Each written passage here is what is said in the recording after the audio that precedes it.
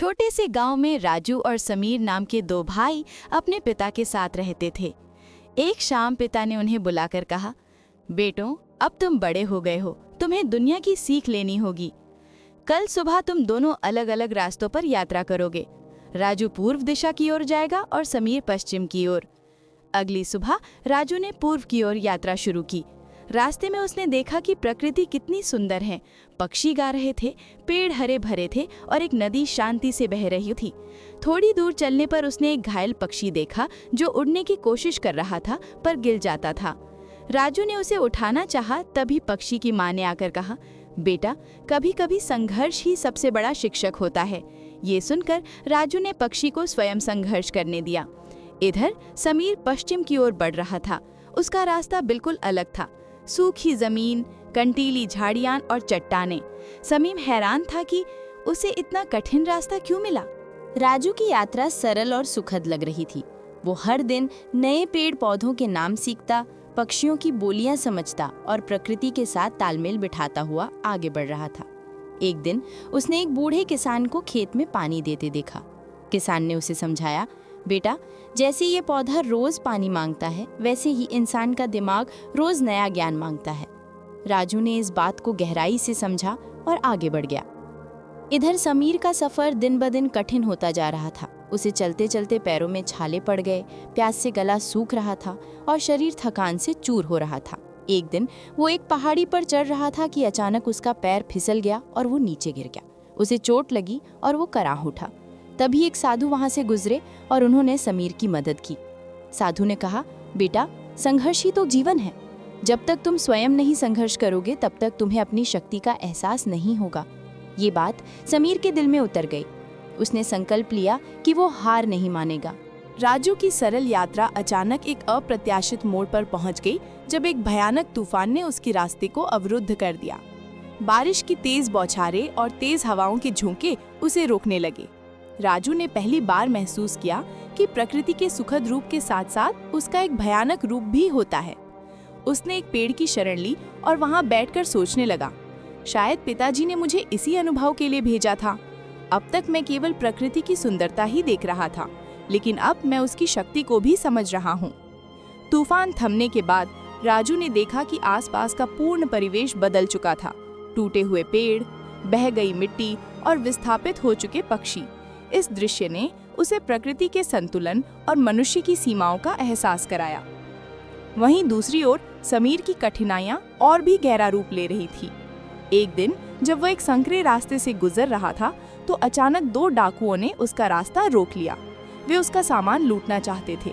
समीर के मन में पल भर के लिए डर पैदा हुआ, लेकिन फिर उसे साधु की बात याद आई, संघर्ष ही तो जीवन है। उसने धैर्य से काम लिया और डाकुओं से बुद्धिमानी से पेश आया। उसने उन्हें समझाया कि वह एक यात्री है और उसके पास लेने के लिए कुछ भी नहीं है, लेकिन देने के लिए ज्ञान की अमूल्य धरोहर है।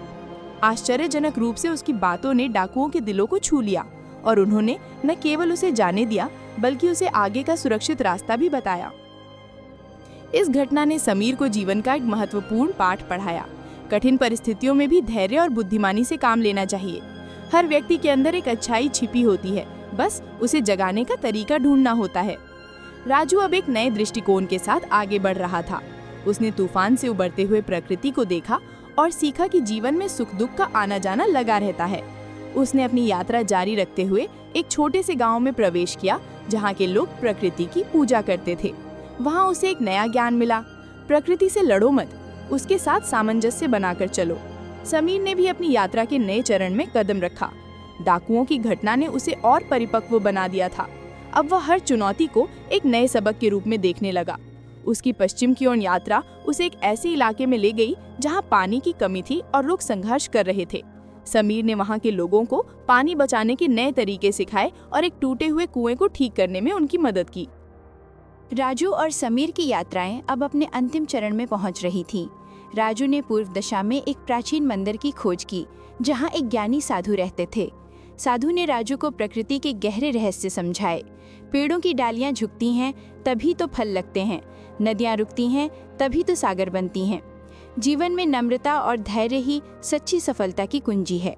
इन बातों ने राजू के मन में एक गहरी शांति भर दी। वहीं समीर की यात्रा ने उसे एक ऐसे गांव तक पहुंचाया जहां लोग सदियों से एक रहस्यमयी बीमारी से जूझ रहे थे। समीर ने वहां के लोगों की मदद करने का फैसला किया। उसने अपनी यात्रा के दौरान सीखी जड़ी बूटियों का ज्ञान इस्तेमाल करते हुए एक औषधि तैयार की। हफ्तों की मेहनत के बाद जब लोग ठीक होने लगे तो समीर को एहसास हुआ कि सच्ची खुशी दूसरों की सेवा में ही छिपी है।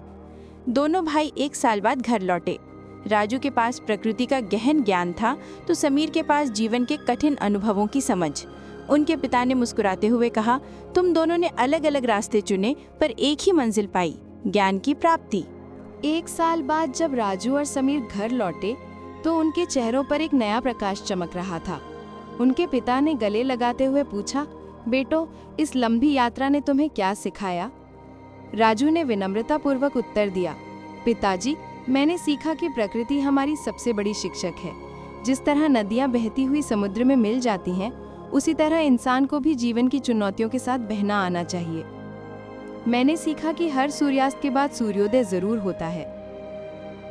समीर ने आगे कहा, और मैंने सीखा कि संघर्ष ही हमें मजबूत बनाता है। जिस तरह सोना आग में तपकर चमकदार बनता है, उसी तरह इंसान कठिनाइयों में तपकर निखरता है। सबसे बड़ी बात यह कि दूसरों की मदद करना ही सच्चा धर्म है। पिता ने गर्व से कहा, तुम दोनों ने सही सीखा। जीवन की सबसे बड़ी शिक्षा यही है कि हमें प्रकृति के साथ सामंजस्य बनाकर चलना चाहिए और दूसरों की सेवा करनी चाहिए। तुम दोनों ने अलग अलग रास्ते चुने पर सही मंजिल पाई। कहानी की सीख। इस कहानी से हमें 3 महत्वपूर्ण शिक्षाएं मिलती हैं। पहली, प्रकृति हमारी सबसे बड़ी शिक्षक है और उसके नियमों का पालन करना चाहिए। दूसरी, जीवन के संघर्ष ही हमें मजबूत बनाते हैं और हर कठिनाई के पीछे कोई ना कोई सीख छुपी होती है। तीसरी और सबसे महत्वपूर्ण शिक्षा ये है कि दूसरों की मदद करना और सेवा भाव रखना ही सच्ची मानवता है। याद रखें, सफलता का असली आनंद तभी है जब आप दूसरों के लिए भी कुछ कर पाएं। जीवन एक यात्रा है, हर कदम पर कुछ सीखने को मिलता है, बस नजरिया सही होना चाहिए।